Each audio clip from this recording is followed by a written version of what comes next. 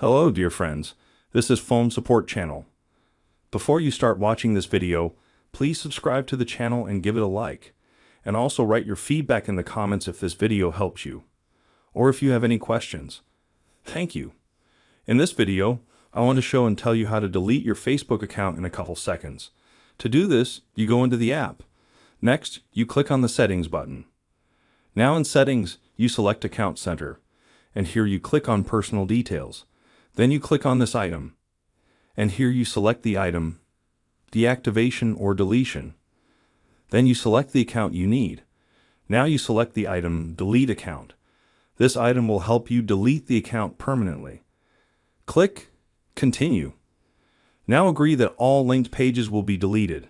Next, choose the reason for deleting the account. Press Continue.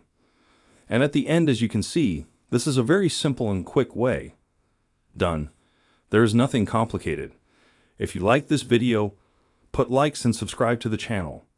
And also watch other useful videos on the channel. That was Phone Support.